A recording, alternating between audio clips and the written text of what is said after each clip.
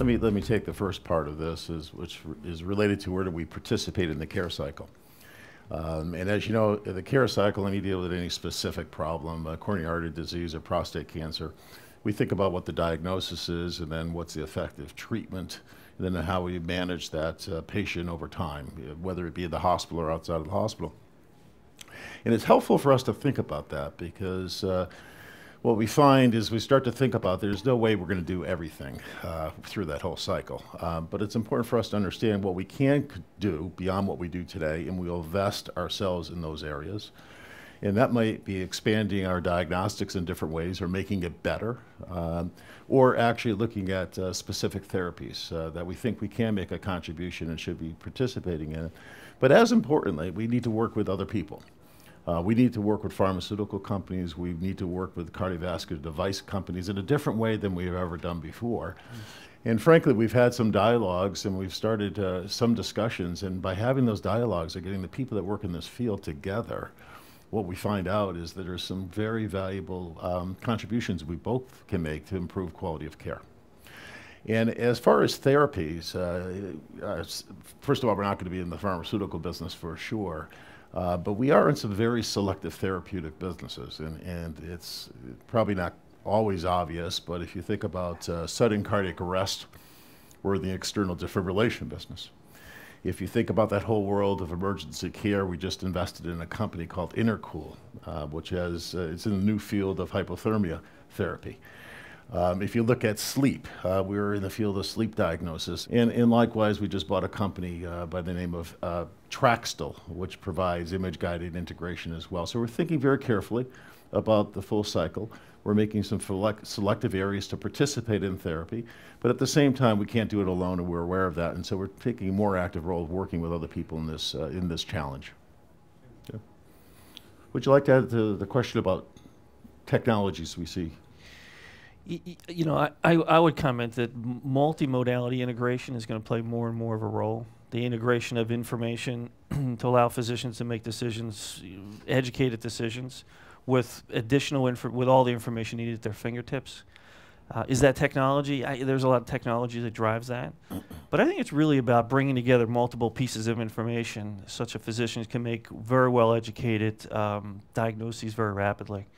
It's complex. I mean, if you think about the information that's available today, you know, it's not 3 questions around family history. There's a great deal of wealth of information beyond that. Making that available as physicians make decisions, I think, is key. Yeah. The other piece of it, you mentioned clinical transformation. And we know we have groups of physicians within Philips to give us a complete understanding. So the idea of doing minimally invasive surgery and enabling that through imaging systems, it still means that a patient had to come in, had a significant insult, if you will, right? A procedure. The only difference is now that they can go home the same day. But to that person and to that person's body, they still had anesthesia, they still had you know, a trauma, if you will, and we have to provide the aftercare that they're going to need. So the monitoring that takes place after someone has minimally invasive valve repair surgery, for instance, still is required. It's just not done in the hospital anymore. So we have to either partner with the appropriate people who can provide that kind of service, or figure out a way using some of the telemedicine and home monitoring capabilities that we have to make sure that that continuation along the care is made available, because we just can't come in, do the image procedure, and then let people just go on their way. We know that that's not it. It really is about trying to take care of the whole person. And so we understand these things, and then we have to find the right folks to either work with us, or we work on it ourselves. But this is what we're really talking about when we're talking about clinical transformation. It's not just the cool technology. It's how does it really fit, and how do we have to adapt what we do and contribute.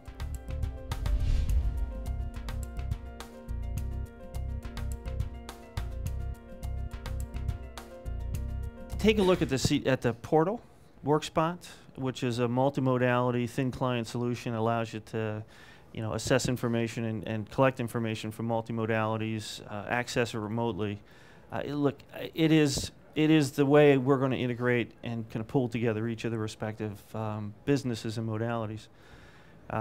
You need to have information at your fingertips. It needs to be readily available, whether you're home or whether you're in the office.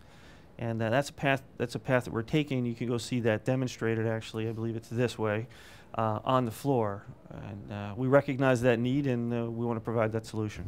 One of the missions that I'm on, being responsible for the imaging portfolio, is to horizontally integrate.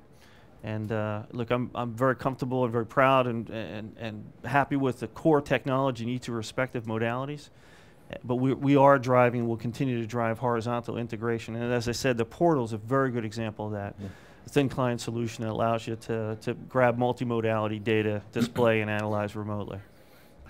We need to be able to integrate horizontally, but we also believe we need to go even deeper and deeper and deeper, vertically, if you will, into specialties. So we need to be able to do both. And what we don't want to do is to compromise one to solve the other. And so what we're trying to understand is architecturally, how do we deal with the integration, and at the same time continue to build applications on that architecture to provide better utility than what we do today. So it's a theme and approach we're going on, to go deep and even deeper with decision support capabilities and applications that support care, and at the same time sharing of that information. So I appreciate the comment, and it's an area of focus for us.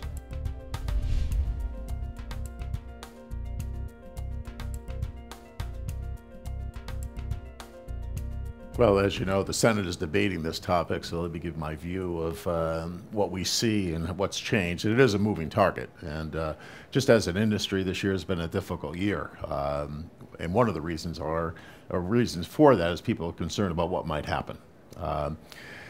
First of all, healthcare reform, there's two issues that have been wanting to be dealt with. First of all, the access issue, or dealing with healthcare insurance reform. The second is the cost issue.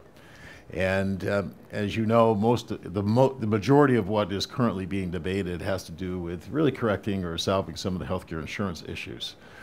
And the issue is that there's roughly 15% of the population, 45 million people, for a variety of reasons, are not insured at any given point in time, and therefore what's currently the proposal from the House and being debated in the Senate is stretching Medicare and stretching Medicaid and dealing with some of the pre-existing condition issues with healthcare insurance to allow more and more Americans to have access to insurance. And philosophically, and particularly Congress believes that that's going to add more volume to the healthcare system. And conceptually, you can understand that. And there's a cost associated with that, and that cost is going to be more volume. And the cost on both sides is roughly $90 billion per year, or $900 billion over 10 years. And the question is, how do you fund it? And the notion is that the medical device industry in imaging is considered part of the medical device industry, is going to benefit from the greater volumes. And therefore, because of that greater volume, that the medical device industry should help pay for this more coverage. And so actually the proposal that's currently approved by the House and now being debated by the Senate has in that proposal a tax on medical device sales in the United States, which would contribute about $2 billion per year, or $20 billion over the period of time. And we're one of a number of payment mechanisms that eventually sum up to $90 billion. Now, another portion of this is Medicare reimbursement. There's been a lot of work looking at reimbursement and utilization rights for imaging. There's an estimate that currently systems are used 50% of the time, and we've been working as an industry to put some content in back of some of these assumptions. Yeah, but there's an assumption that it needs to get up to 65 to 70%. And what that translates into is less reimbursement, both in the technical fee as well as the professional fee coming out of Medicare. And so some of this is going to be shifting cost, as you know. We still spend $2.5 trillion every year in healthcare in the United States, and this is another 90 on top of that, or 100 million. And the cost issue, the only issue or the only mechanism that's being discussed is the public option to try to get some competition in the system.